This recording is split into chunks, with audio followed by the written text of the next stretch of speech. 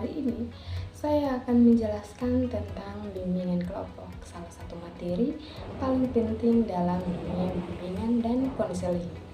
Yuk kita bahas satu persatu biar lebih paham. Pengertian bimbingan kelompok. Bimbingan kelompok adalah suatu bentuk pelayanan bimbingan yang diberikan kepada sejumlah individu melalui kegiatan kelompok yang terstruktur dengan tujuan membantu anggota kelompok dalam mengendali potensi dirinya, memahami masalah yang dihadapi, serta mengembangkan keterampilan sosial dan pribadi melalui interaksi antar anggota kelompok.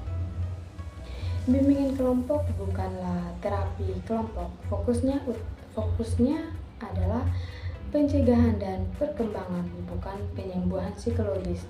Dalam bimbingan kelompok, fasilitator, biasanya guru BK atau konselor, hanya berperan sebagai pemandu yang membantu anggota mengeksplorasi diri dan belajar dari pengalaman bersama. Ciri-ciri atau karakteristik kelompok dalam bimbingan kelompok. Ada beberapa ciri penting bimbingan kelompok. Yang pertama adalah anggota kelompok homogen secara kebutuhan, misalnya sama-sama butuh bimbingan tentang manajemen waktu. Yang kedua, jumlah anggota terbatas, idealnya 2-12 agar anggota diskusi berjalan efektif.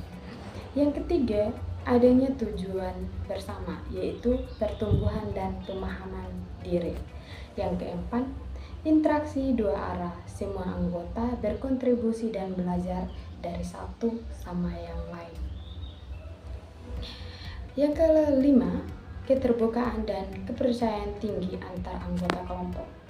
Yang keenam, dipimpin oleh seorang fasilitator atau konselor yang terlatih. Yang ketujuh, berlangsung dalam beberapa sesi, tidak hanya satu kali pertemuan. Yang kedelapan, adanya struktur kegiatan seperti pembukaan, kegiatan inti, dan penutupan. Yang kesembilan, menekankan partisipasi efektif, bukan sekedar mendengarkan. Yang kesepuluh, proses belajar dari pengalaman nyata, bukan hanya teori. Nah, itu adalah beberapa ciri penting bimbingan kelompok. Tujuan bimbingan kelompok, tujuan umum, membantu individu mengembangkan potensi diri secara optimal melalui dinamika kelompok yang sehat. Tujuan khusus, ada beberapa tujuan khususnya. Yang pertama adalah membantu anggota memahami diri sendiri, minat, bakat, nilai, kekuatan, dan kelemahan. Yang kedua, meningkatkan keterampilan sosial, komunikasi, dan empati. Yang ketiga, membantu anggota membuat keputusan yang tepat dalam hidupnya, meningkatkan kepercayaan diri. Dan yang kelima, memberi pengalaman bekerja sama dan menerima perbedaan. Yang keenam, menyalurkan emosi atau perasaan dalam konteks yang aman. Yang ketujuh, mengembangkan sikap potensi positif terhadap diri dan orang lain. Nah, itu adalah tujuan umum dan tujuan khususnya. Manfaat bimbingan kelompok. Bimbingan kelompok juga memberikan berbagai manfaat. Yang pertama adalah meningkatkan kesadaran diri melalui interaksi dan refleksi.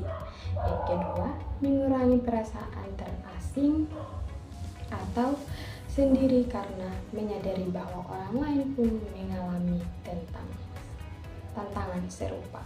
Yang ketiga, mengembangkan keterampilan sosial seperti mendengarkan aktif, memberi umpan balik, dan menyelesaikan konflik. Yang keempat, menjadi ajang latihan menghadapi masalah kehidupan nyata. Yang kelima, mendapat dukungan emosional dari anggota lainnya. Yang keenam, meningkatkan rasa tanggung jawab sosial dan solidaritas. Yang ketujuh, mengembangkan nilai dan sikap yang sehat melalui diskusi. Yang kedelapan, belajar dari pengalaman orang lain termasuk kegagalan dan keberhasilan. Nah, itu beberapa yang dijelaskan.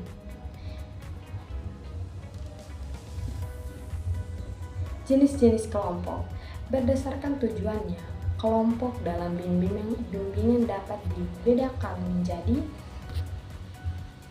yang pertama, kelompok tugas. Fokus pada pencapaian tugas tertentu, misalnya kelompok belajar atau kelompok kerja. Yang kedua, kelompok bimbingan. Tujuannya untuk memberikan informasi seperti bimbingan studi, karir, atau keterampilan sosial. Yang ketiga, kelompok dukungan.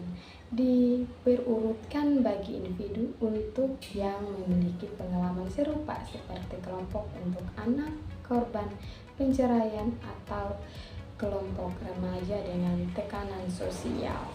Kelompok pengembangan bertujuan meningkatkan keterampilan pribadi dan sosial, misalnya komunikasi atau kepemimpinan. Yang kelima, kelompok penyelesaian masalah membantu anggota mengidentifikasi dan penyelesaian masalah secara kolaboratif. Nah, itu adalah jenis-jenis kelompoknya. Komponen bimbingan kelompok. Ada beberapa komponen bimbingan kelompok. Yang pertama, fasilitator atau konselor. Orang yang memimpin dan membimbing jalannya kelompok. Yang kedua, anggota kelompok, peserta yang memiliki kebutuhan dan tujuan tertentu. Yang ketiga, tujuan kelompok harus jelas dan disepakati sejak awal. Yang keempat, struktur kegiatan. Format kegiatan yang terorganisasi, pembukaan, inti, penutup. Yang kelima, topik atau tema diskusi. Disesuaikan dengan kebutuhan anggota, misalnya manajemen stres, pilihan jurusan, dan lain-lain. Yang keenam, aturan kelompok. Disepakati bersama seperti kerahasiaan, saling menghargai, dan tidak menghakimi. Yang ketujuh, sarana dan prasarana. Ruang yang nyaman, alat tulis, lembar kerja, dan alat bantu lain yang dibutuhkan. Yang kedelapan, evaluasi. Dilakukan untuk melihat efektivitas kegiatan dan perkembangan anggota. Nah, itu adalah beberapa komponen bimbingan kelompok. Tahap pelaksanaan bimbingan kelompok. Pelaksanaan bimbingan kelompok terdiri atas beberapa tahap.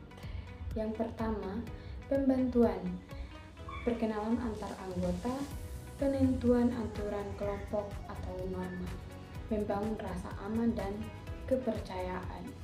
Yang kedua, tahap peralihan.